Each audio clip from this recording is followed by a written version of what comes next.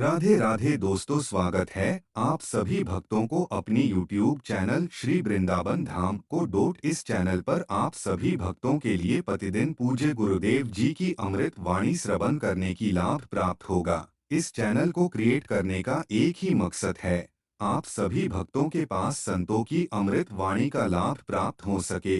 अगर आपने इस चैनल को सब्सक्राइब नहीं किया तो जरूर सब्सक्राइब करें और बेल आइकॉन को दबाना ना भूले। अगर आप भी जाने अनजाने बोल देते हैं, झूठ या करते हैं निंदा, तो सतर्क हो जाएं। और यमराज से जुड़ा यह किस्सा कई बार लोग जाने अनजाने झूठ बोल ही देते हैं, लेकिन क्या आप जानते हैं कि झूठ चाहे जानबूझकर बोला जाए या फिर अनजाने में, इसका फल तो भोगना ही पड़ता है। हमारे धार्मिक ग्रंथों में भी इसका जिक्र मिलता है। ऐसी ही एक कथा है जिसमें यमराज जी ने स्वयं ही बताया है कि झूठ या निंदा चाहे सोच समझकर की जाए या फिर अनजाने में, उसका परिणाम तो मिलता ही है। तो आइए जानते हैं पूरी कथा विस्तार से। पौराणिक कथा के अनुसार एक बार एक राजा ने ब्राह्मण भोज का आयोजन करवाया। इस भोज में उसने देश परदेश के सभी ब्राह्मणों और विद्वानों को आमंत्रित किया था। इस भोज के लिए भारी संख्या में रसोइये खुले आसमान के नीचे भोज के लिए तरह तरह के पकवान और मिष्ठान बना रहे थे, जिसकी खुशबू पूरे महल में फैल रही थी। तभी अचानक एक चील तेज रफ्तार से आसमान में उड़ती जा रही थी। उसके पंजों में एक जहरीला सांप दबा हुआ था, जो बार बार चील के नुकीले पंजों से बाहर निकलने का प्रयास करते हुए फुंकार रहा था। ऐसा कई बार करते हुए सांप के मुंह से जहर की कुछ बूंदें ठीक नीचे बन रहे खाने में जा गिरी। हालांकि खाना बना रहे किसी भी रसोइये को सांप का जहर खाने में गिरने की कोई जानकारी नहीं थी। कुछ समय बाद वही खाना सभी ब्राह्मणों को परोस दिया जाता है।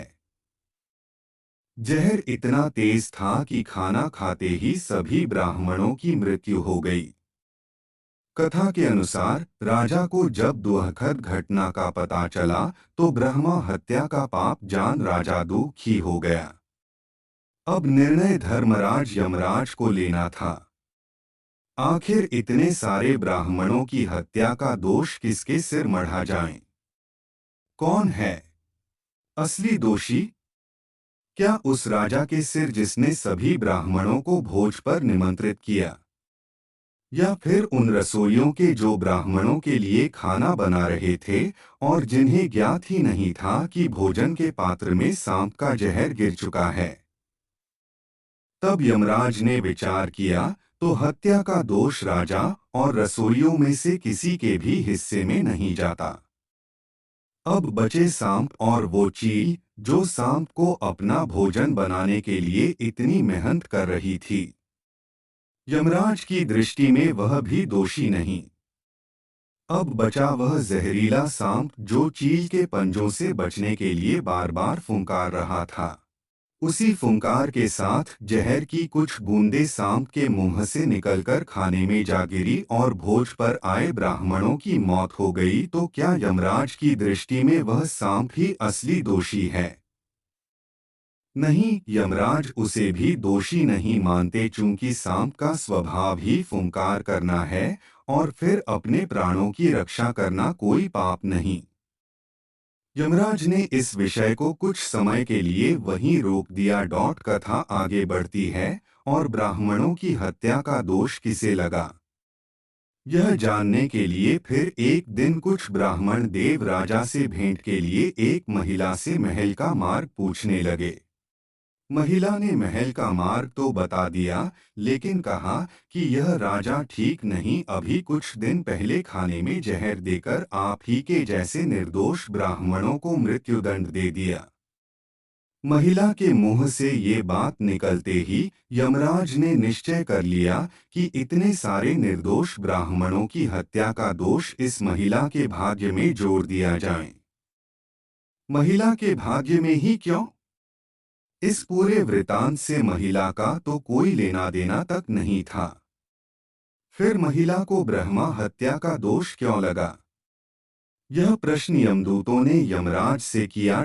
यमराज ने बताया कि जब कोई जानबूझकर पाप कर्म करता तो उसे स्वार्थ सिद्ध होने पर आनंद मिलता है, लेकिन निर्दोष ब्राह्मणों की हत्या से न तो राजा, रसोइयों और न ही चील व सांप ने स्वार्थ सिद्ध होने का आनंद लिया। ऐसे में इस अनजाने पाप का पूरा दोष उस महिला को जाता है जिसने जानबूझकर मन में ईर्ष्या का भाव रखते हुए इस पाप कर्म की निंदा की। इस तरह की घटना की बुराई करने में उस महिला को जरूर आनंद मिला। इसलिए कभी भी जानबूझकर या फिर अनजाने में झूठ और निंदा करने दोनों से हमेशा बचना चाहिए।